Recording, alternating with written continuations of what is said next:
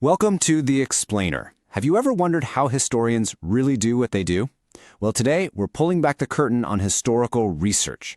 We're going to show you how to go from being a student of history to a real historical detective, uncovering the stories that are just waiting to be told. All right, so here's our roadmap. We're going to walk through the entire research journey together, step by step. We'll start with that very first spark of an idea and take it all the way to a finished, powerful argument. So let's get one thing straight right off the bat.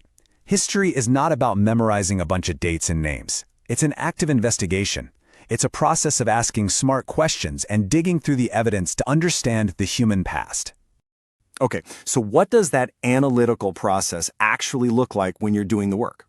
Well, it means you're basically taking on two really important roles. This is such a critical way to think about it. First, you put on your detective hat. You're out there sifting through clues, trying to piece together what happened. But then you switch hats. You become the lawyer. You take all that evidence you found and you build a tight, persuasive case, presenting it to your reader, who's basically your judge and jury. So if you're going to be a good detective and a good lawyer, you have to adopt a certain way of thinking. You need the right mindset. Let's dig into what that actually means. Think of these 5 questions as your essential toolkit. Who, what, when, where, and why. These are your go-to questions for any piece of evidence you look at. You're not just passively reading a source. You are actively interrogating it, asking it tough questions.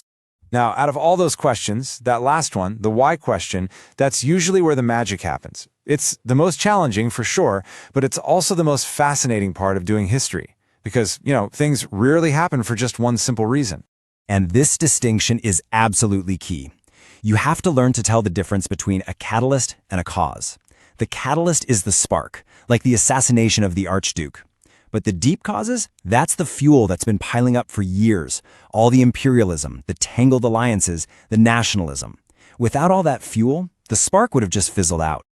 All right, with that critical mindset ready to go, it's time to actually start your investigation. And the very first step is finding a research topic that is, actually manageable. This is a classic trap that so many students fall into. They try to take on a topic so huge it's like trying to boil the ocean. A topic like the Second World War is just way too big. You'll end up with a very shallow summary. But a focused topic, like the role of the Navajo Code talkers, now you can go deep. You can really analyze the evidence and maybe even say something new. So, how do you find that perfect topic? Honestly, it always starts with your own curiosity. Find a puzzle you want to solve, a question that just bugs you. Let that question guide you, and don't be afraid to narrow your focus, and then narrow it again as you learn more.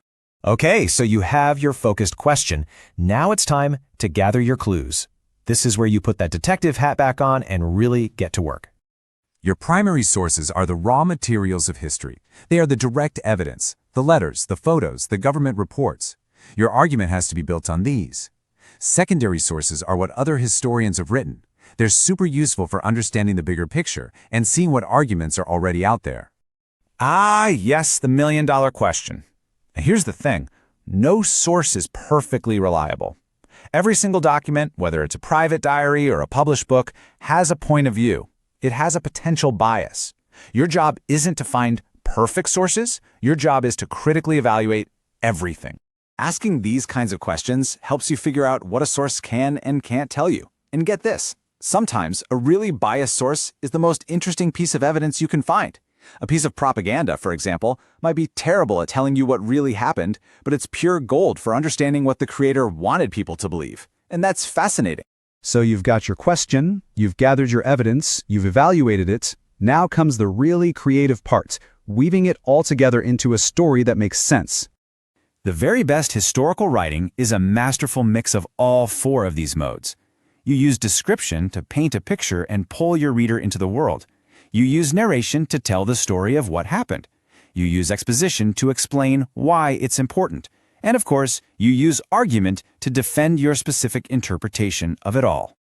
And finally, after all of that detective and lawyer work, you have to stick the landing. You need to bring your case to a powerful close, leaving your reader with something to think about. I love thinking of the conclusion as your closing argument.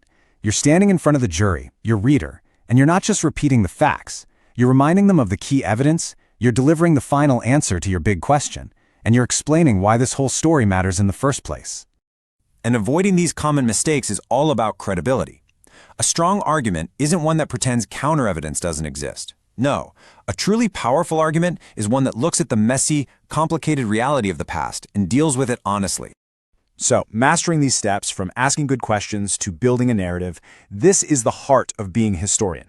This framework is the toolkit that you're going to carry with you as you explore archives, conduct interviews, and tackle even more advanced research. And that's the real adventure of it all, isn't it?